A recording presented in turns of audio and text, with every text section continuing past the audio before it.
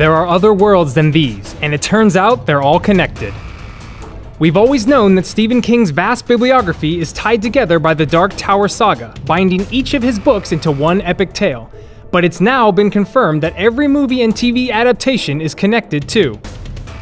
In the Stephen Kingdom, the Dark Tower is the center of creation. Each floor contains a different reality that links his books together, enabling characters to cross over into seemingly unrelated stories. Join us as we climb up the tower and explore these connections one by one. It. In the Dark Tower trailer, Jake Chambers stumbles across a dilapidated fairground that has the name Pennywise emblazoned across it. A hand can also be seen holding a bunch of broken balloons, floating much like the kids from It in Derry's sewer system. Misery. Speaking of It, Eddie Kaspbrak used to live next door to author Paul Sheldon, who just so happens to be the protagonist of Misery. Remember when crazed nurse Annie Wilkes hobbled his legs because Sheldon killed off her favorite character? Well, the book in question, Misery's Child, can also be spotted in footage from the Dark Tower. The Shining. Eddie's friend Mike Hanlon is connected to The Shining through his father, who served with Dick Halloran, the cook who worked at the Overlook Hotel. This remote destination also appears in a picture on the psychiatrist's desk that we see in the Dark Tower trailer. That's not all, though.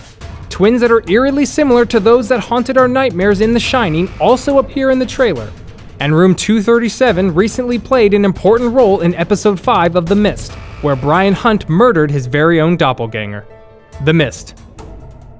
The creatures who terrorized the residents of Brigton in The Mist broke through to our dimension through a tinny, which Stephen King describes as a weak spot in the walls between worlds.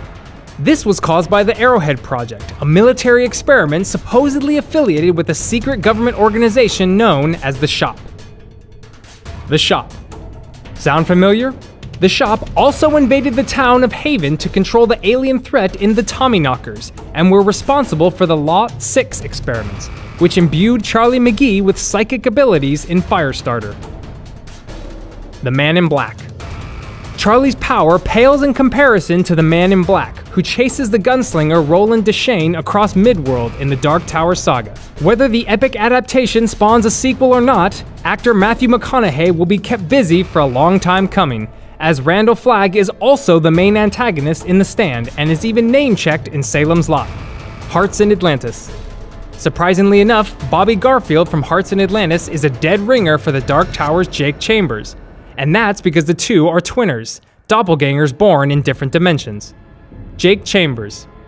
The Wheel of Ka revolves most of all around Jake Chambers, as most of the connections threaded throughout the Stephen Kingdom appear to be linked to him in some way. Eagle-eyed fans may have spotted that Jake plays with a toy that looks suspiciously like the demonic car from Christine, and one of the doorways that he walks through bears the insignia 1408, undoubtedly a reference to the movie starring John Cusack and Samuel L. Jackson. Further references to the poster from The Shawshank Redemption and the smiley face from Mr. Mercedes only begin to scratch the surface, but thank ye side to director Nicolas Arcel for finally confirming that the Stephen Kingdom is real. Between the Dark Tower and the upcoming TV show Castle Rock, fans of Stephen King can finally see the author's work adapted in the expansive way it was always intended. I do not kill with my gun. I kill with my heart.